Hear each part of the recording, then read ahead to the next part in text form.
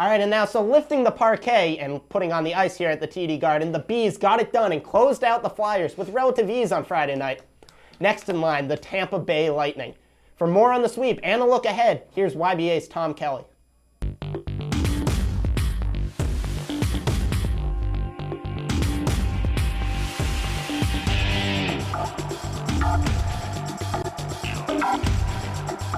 Hi, I'm Tom Kelly for YBA Sports. Well, they swayed the dragon. The Bruins got their 4th win against those Flyers. As you may remember, they made that historic comeback last season.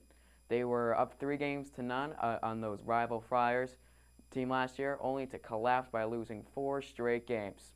This year, sweet revenge for the Bruins, sweeping Philly right out of the playoffs, 4-0. Now to the task at hand. Steven Stamkos and the Tampa Bay Lightning. Let's take a look at the matchups. First, on defense, here are the Bruins are going to own the Lightning. The Bruins have the best shutdown defenseman, Zdeno Chara, in the league, and one of the best setup guys, Thomas Kaberle, who I think is going to break out in this series. I really do. Also, Dennis Steinberg has had a marvelous playoff, a presence they really missed last year in the playoffs.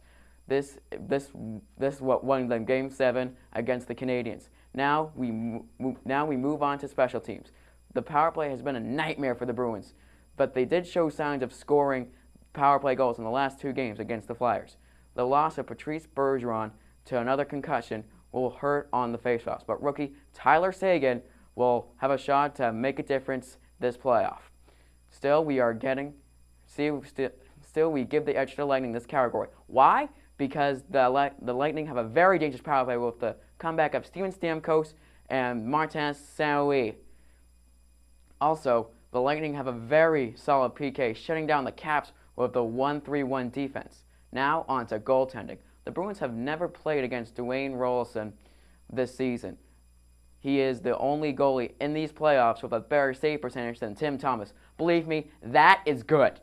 However, Thomas has the edge because of his defense, and so will the Bruins. This will be one of the tightest Eastern Conference Finals in recent memory, and that is why I picked the Bruins in 6 very hard-fought games, maybe a couple OT games. I'm Tom Kelly for YBA Sports.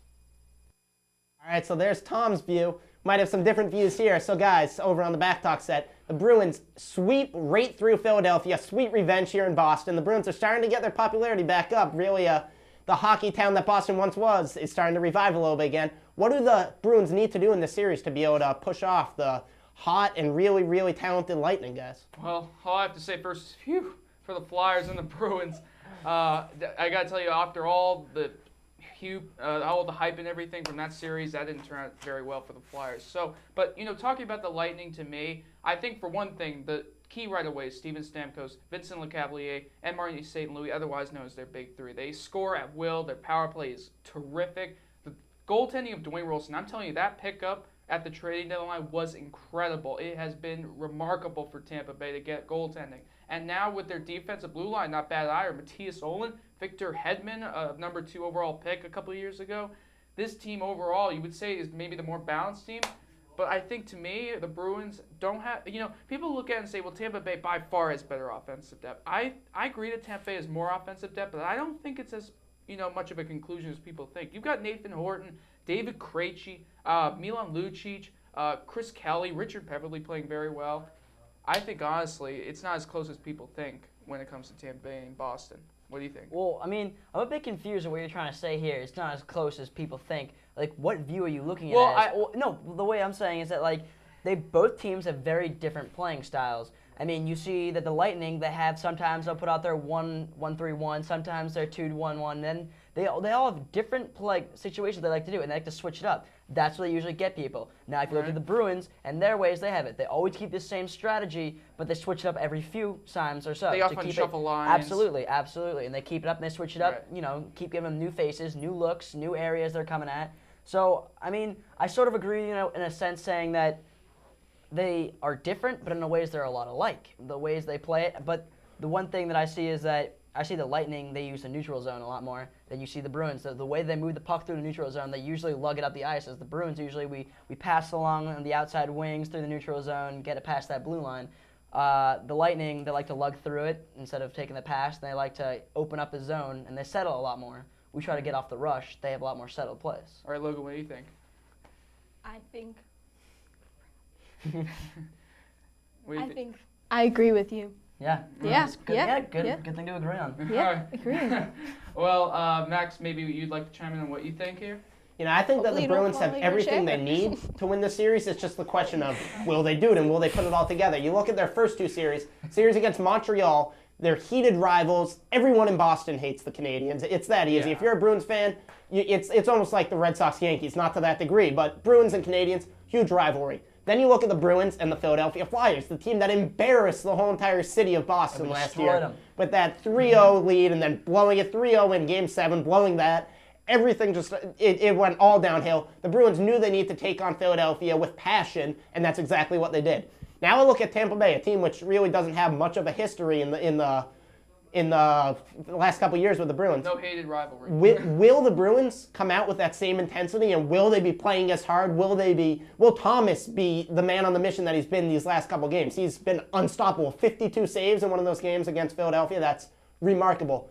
The tangibles really do mean a lot, but the intangibles are going to mean just as much. Can the Bruins stay out of the penalty box? Will they keep their cool? We've seen both sides of the Bruins staying out and being in the whole entire game. You just asked Montreal about that. And will they play with as much passion? I really think that makes a difference. Yes, what happens on the ice and the ability of the players means a lot, but will they play with the passion, and will they be as committed to winning this and making it to a Stanley Cup, something people in Boston have almost forgot about over the past 20 years? Max, I got to agree with you. Rivalry has a huge effect on the players, on the fans, and on everyone's view on it. Is Thomas going to go in there and play net and be like, look, I hate these guys, I'm not stopping anything? Well, the thing about hockey is that a rivalry can be set up very easily. Two teams can easily become against each other. When you have someone going against you, it's very easy to start sparks and to see things happen that you wouldn't expect. Now, if you play 2 games and it's 1-1, each team wins a game, they stay close, you immediately have fans who are in it, you have players who are in it to win it, as long as it's close. Now, if it's an immediate blowout right away, like you have the Cavaliers you were talking about, the 3, upset, and they immediately come in and just start pounding in goals, and we're down 2 games. Say that happens, it'll be a whole different series. It'll be a whole different, depends on who wins, who immediately takes the win right away. Yeah, I feel like when it comes to the Bruins and the Flyers, and, I will say this, however, obviously everyone here hates the Canadiens. That is very true. But I will say that the Bruins, because of what happened last year, the Bruins fans might almost hate the Flyers fans just as much. Because the Flyers fans, to me, can be just as obnoxious. That's what I'm saying, but where does Tampa Bay come in this equation? I feel like, Tampa Bay to me has been, first of all, they played a very soft team in the Washington Capitals. Yes, they are very skilled. Number 1 seed. But you know what? That doesn't mean. Last year they were the number 1 seed and they got killed in the first round by Montreal. Well, my last thought, if I'm going to leave you with anything, is every rivalry you've talked about starts somewhere. You have the Bruins versus the Flyers. But they build up over time. But the Bruins versus Flyers. The reason that got to where it was because we were winning up 3-0. They came back, then won it 3. We were up 3-0 in the series. With the last game, we're up 3-0. They came back. They all start somewhere. So who knows? Maybe these first games, maybe this series could create a rivalry between the Lightning. The difference to me probably is, though, I haven't seen Tampa be that physical yet. I don't see them getting into fights with Washington. I don't see them, really pushing it harder than that, putting traffic in front. They're just skilled overall. They're like Montreal. They're skilled. They can just shoot the puck and put it in. That's what Tampa Bay's good at. If the Bruins are physical with them, like I think they're going to be, and Chara manhandles St. Louis, who's terrific, but I think Chara is going to physically outplay him. Yeah. The Tampa Bay has got no chance in this series because the Bruins in goaltending and defense beat them handily. I know Dwayne Wilson's played very well, but Thomas has been insane. He's been Patrick Waugh-like at times. I mean, I couldn't even tell you otherwise. So let's send it back to Max. Yeah, so quickly, guys, one last question before we wrap it up. Who's going to win this series and in how many games? Real quick. I don't want to jinx it, but I'm going to say Bruins in 6. I feel like they're just a more physical team. Yep. All right, I'm going to go ahead and say back and forth Bruins in 7. That's my decision. I'm going to say Bruins 7 too. I'm going to have to agree, guys. Bruins in 7. When it comes back to Boston in that Game 7, if we get that far, fans remember what's happened the past 2 years. Game 7 collapses, both in Boston. They're going to know what they have to do, and we're all really looking forward to it. So that's all the time we have for this edition of K Sports Sunday. Thanks for being with us. For all of us here at YBA, have a great week.